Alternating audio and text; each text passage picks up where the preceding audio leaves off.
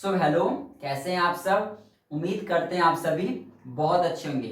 तो हम सब फिर से आ चुके हैं अपनी अगली क्लास में। यहाँ पे तो हम लोग आ चुके हैं हायर एजुकेशन सिस्टम के अंदर में पार्ट नंबर 15 में। इससे पहले इस यूनिट में इस हायर एजुकेशन सिस्टम के अंदर में 14 पार्ट्स कवर हो चुका है, जहां पे हम लोगों ने 3 चैप्टर्स लगभग फिनिश कर लिया। चैप्टर 1 जो था हमारा कि आखिर एजुकेशन कैसा था एशियंट इंडिया में, उसको हमने कवर किया part number 1 to part number 6 तक में। फिर पार्ट नंबर 7 से पार्ट नंबर 9 तक हमने फिनिश किया चैप्टर नंबर 2 कि आखिर एजुकेशन कैसा था, कैसे उसका इवोल्यूशन हुआ, कैसे ग्रोथ हुआ, क्या कुछ हो रहा है पोस्ट इंडिपेंडेंस इंडिया के बाद में। हम उसको 3 पार्ट्स में उस चैप्टर को फिनिश किया। फिर पार्ट नंबर 10 से कंटिन्यूसली हम लोग देख रहे हैं अपना नेक्स्ट चैप्टर जो है oriental conventional and non conventional learning in India. चलिए, तो आज पार्ट नंबर 15 है और हम कवर करने वाले हैं कुछ और यूनिवर्सिटीज को।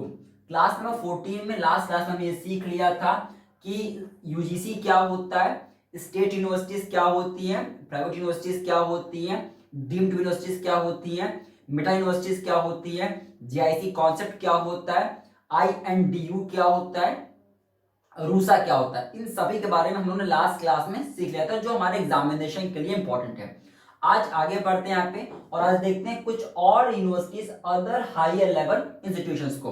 ठीक है, चलिए एक एक करके इनको समझने की कोशिश करेंगे। 3 ऐसे हायर इंस्टीट्यूशंस के बारे में आज मैं आपको पढ़ाने वाला हूँ जहां से क्वेश्चन पुट अप हो सकता है, जहां से क्वेश्चन आया भी हुआ एग्जामिनेशन में। चलिए बात करते हैं सबसे पहले इंटर यूनिवर्सिटी सेंटर को। देखिए, अगर मैं आपसे बात करूं आईयूसी, जिसका फुल फॉर्म होता है, जिसका शॉर्ट नेम है आईयूसी, फुल फॉर्म होता है इंटर यूनिवर्सिटी सेंटर। बता दें आप सभी को, ये 1984 में इसको स्टैब्लिश किया गया था। किसके द्वारा स्टैब्लिश किया गया? तो ये स्टैब्लिश किया गया था यूजीसी द्वारा। तो यूजीसी द्वारा इसको स्टैब्लिश किया गया, एक ऑटोनोमस से आप कह सकते हैं। ठीक है ना, क्यों स्टैब्लिश किया गया थोड़ा सा उसको समझने की कोशिश करते हैं। यहाँ पे देखिए, जैसा नाम बोल रहा है ना, as its name suggest, inter university यानी क्या, यूनिवर्सिटीज के बीच में। जैसे मान लीजिए मैं कहूं आपसे कि कोई इकलौती इंडिविजुअल यूनिवर्सिटी है, उसको ये रिसर्च करना है, उसको ये काम करना है, उसको ये काम करना, तो शायद हो सकता है प्रॉब्लम है, बिकॉज वो इंडिविजुअल यूनिवर्सिटी है, शायद वो अफोर्ड ना कर पाए या उनके पास उतना इंफ्रास्ट्रक्चर अवेलेबल ना हो, तो प्रॉब्लम्स आती थी। तो इसको देख के 1984 में यूजीसी ने स्टैब्लिश किया था आईयूसी, इंटर यूनिवर्सिटी सेंटर, जिसमें क्या होता है, जिसमें जितने भी यूनिवर्सिटीज होते हैं ना, वो मिलके काम करती हैं। ठीक है, जैसे सबका सबका फायदा हो पाए। ठीक है, तो वही लिखा गया आपका ऑब्जेक्टिव क्या होता है, टू प्रोवाइड कॉमन, सबके बीच में बराबर, एडवांस लेवल पे। अब सब लोग मिलके काम करेंगे तो क्या चीजें होंगी, चीजें वैसे एडवांस्ड में ही होंगी। तो कॉमन सबके बीच में, सबके साथ में, एडवांस लेवल पे सेंट्रलाइज्ड फैसिलिटीज हो, फैसिलिटीज दिया जाए सबके लिए हो, सर्विसेज दिया जाए जो सभी के लिए हो। फॉर यूनिवर्सिटीज, जितने यूनिवर्सिटीज हैं, in order to provide best expertise in each field. ठीक है, जैसे क्या होता है, जैसे बेस्ट से बेस्ट एक्सपर्टाइज हो, बेस्ट से बेस्ट एक्सपर्ट हो, बेस्ट से बेस्ट चीज हो। ठीक है ना, हर एक फील्ड में। ठीक है ना, तो ये किसको किया, किसके लिए किया गया? यूनिवर्सिटीज के बीच में किया गया। For what? फॉर हुम? For the teachers and researchers. जैसे टीचर्स एंड रिसर्चर्स का फायदा होगा। अगर आप टीचर्स और आपके जो रिसर्चर्स होंगे उनको आप बहुत एक्सपर्टाइज करते हो, उनको आप सारी फैसिलिटीज देते हो, तो यकीनन they are going to give a lot. वो आपको बेहतर करके देंगे, वो आपको ज्यादा करके देंगे। तो ये फोकस किया गया था इसमें। ध्यान रखिएगा, 1984 में जब हमने आईयूसी बनाया था तो उस समय इसका नाम आईयूसी था, इंटर यूनिवर्सिटी सेंटर।